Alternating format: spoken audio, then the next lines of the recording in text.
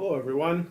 I wanted to start our class off with some discussion about general principles of accounting. What I have here is the document that you have available that is a summary of the concept statements, the important statements of financial accounting concepts issued by the FASB over the years and updated over the years that kind of form the constitution of accounting and why we do what we do. All of the specific rules that the FASB makes are supposed to be based around these principles or concepts.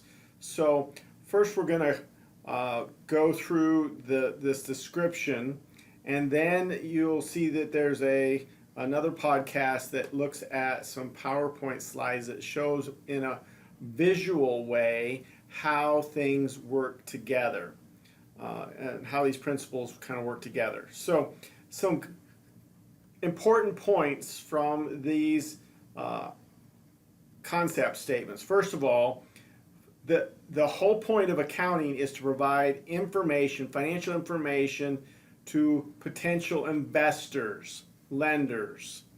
That's who we are focused on. There are other people that use accounting information. There are managers, there are governmental regulators, all may use the financial information. But our purpose is to provide investors with the information they need to be able to make investment decisions. Okay, so they're looking at these expectations, what's going to happen in the future in terms of dividends and interest payments. So their decisions are based on the amount, timing, and uncertainty of future net cash flows. So it'll come down to how much money am I going to make on this investment. And so that is what determines what is included, not included, what's important, what's unimportant, is that perspective. Others may have information they need from the entity, but that becomes secondary to investors and the information they need. So in order to project prospects of future cash flows, we need to look at where we are now. So we need to know the entity and its resources, the claims against the entity, and how efficiently they use those resources to create revenues, profits, that sort of thing. So if we look at a financial statement, this is a balance sheet here for Chipotle. Assets become the resources. That's what we use the term assets to describe the resources the company has. Liabilities are the claims against those resources, what we owe to others, and then the equity, shareholders' equity as it's called here, is the difference, or what's left over. This is what the shareholders have claim to. All right, so that's what these general principles are talking about.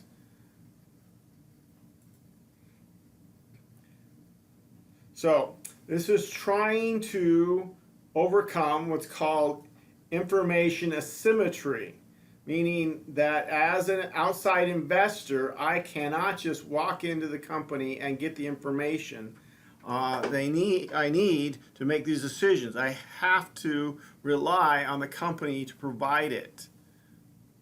Now, the financial reports cannot provide all the information that's needed. So there are lots of information pieces that cannot be gotten from financial reporting. There's no way to tell the whole story.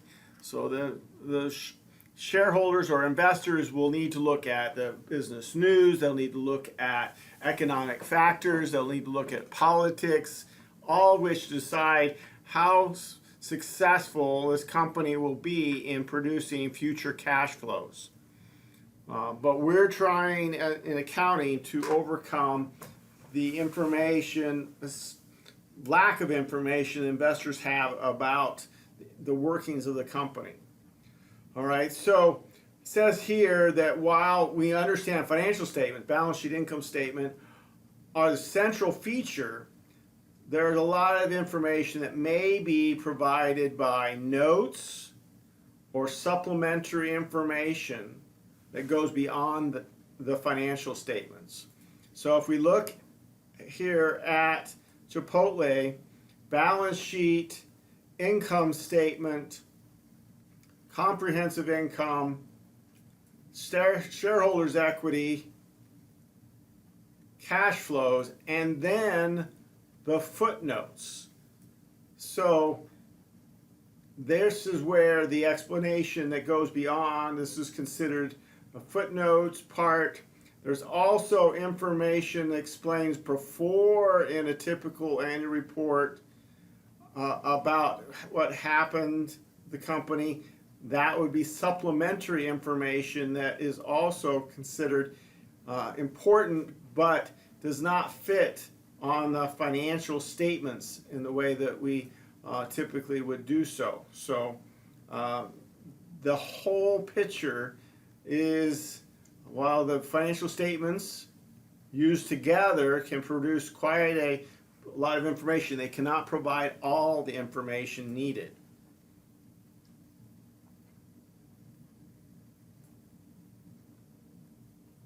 All right, some terminology. All right, recognition is putting it on the financial statement. So formally incorporating it.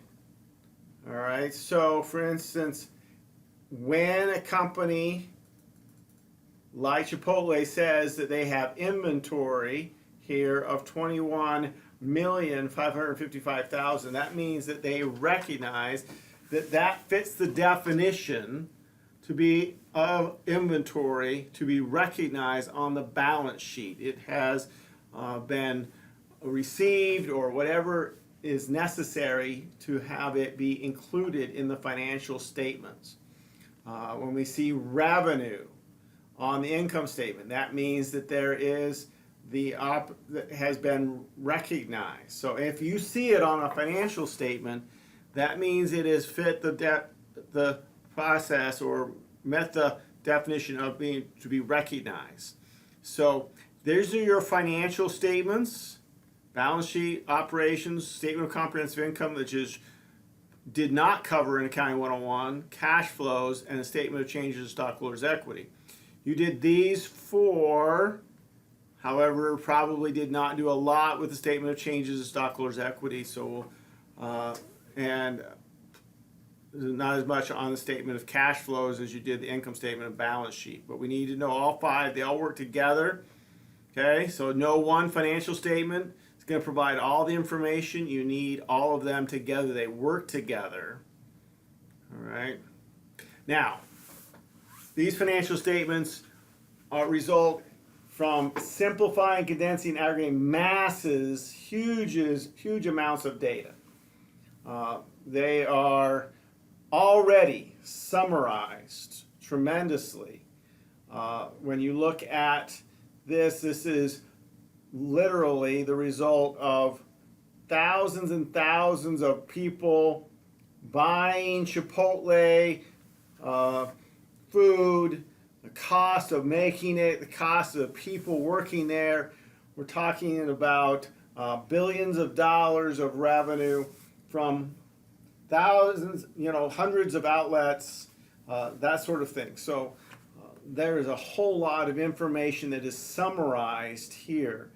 And so already summarized, we don't want to get too bogged down in summarizing it further and saying that there's only one real number that's important, and that is net income. That's what FASB's warning us here in this concept. Okay, they are all relationships, and it's important to be able to understand how they relate to each other. This balance sheet does not show the value of the company.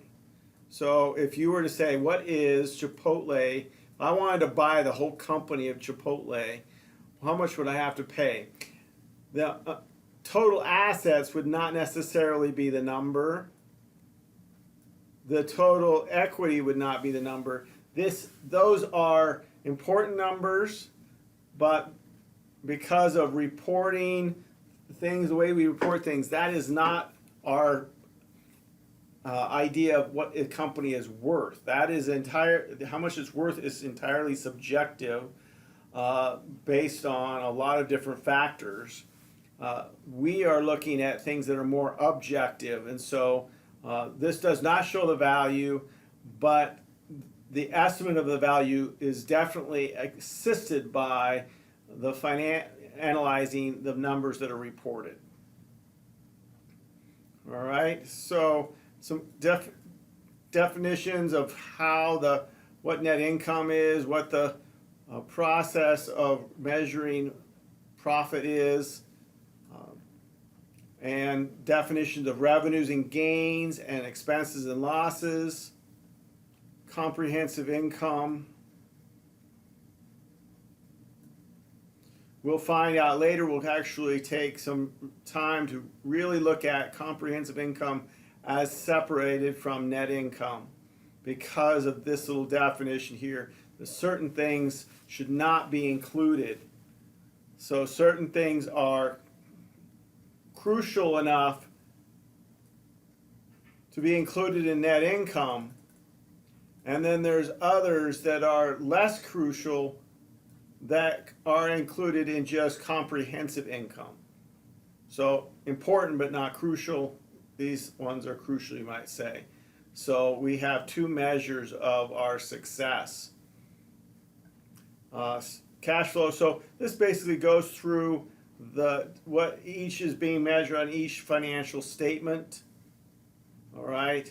Then there are some definitions of measurability, relevance, reliability that we will look at more fully in the PowerPoint presentation, because they have fit together very nicely in a chart. All right, we have items that are reported different ways on the financial statements. Historical costs, current market value, net realizable value, and present value of future cash flows. Depending on the item, the rules will tell us how much we should measure. So that's a measurement value. Recognition says this goes on the balance sheet. Measurement is how much should be reported on the balance sheet. And these are different ways to determine how much should be reported. Not if it should be or not, but how much. So we're going to assume a stable monetary unit is the principle that we're looking at here. We'll talk about revenue recognition. We'll have a whole chapter just on revenue recognition. The general idea is that it must be realized or realizable and earned, while expenses happen because we consume the benefit or the benefit has somehow been impaired or lost. So we buy an asset for future benefit, and sometimes that benefit is used up, other times over time, other times there's something that happens to the asset that uses it up much more quickly, and that's referred to as an impairment.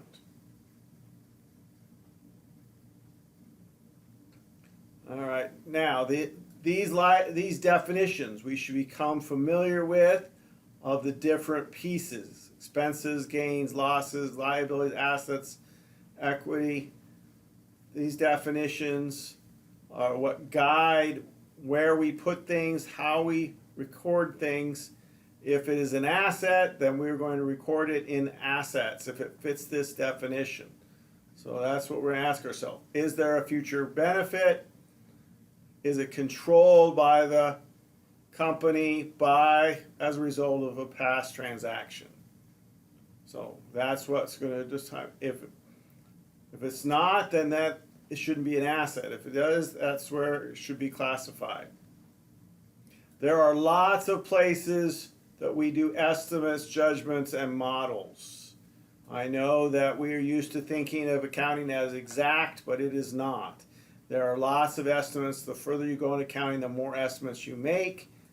And so it's important to understand how those are made. If you look at any of these assets, there are certain ones that would be estimated. For instance, accounts receivable. That is an estimate of how much you're actually going to get from your customers. Some part of it is not going to be collected, and that has been estimated and taken out of that. So there's just one example of estimates, and there are many, many others. We use accrual accounting under GAAP. That means we match our revenues and expenses in the same period. That's what this does.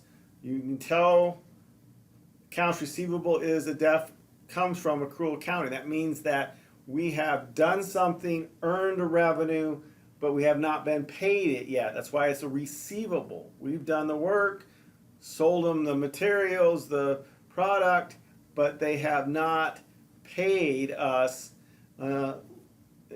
yet in cash, so it is accounts receivable. So accounts receivable tells you that we are using accrual accounting to match the revenues and expenses in the same period. That should give you a pretty good idea of those pieces and principles. If you go back and review that a couple of times, you'll get the hang of what we're trying to accomplish here.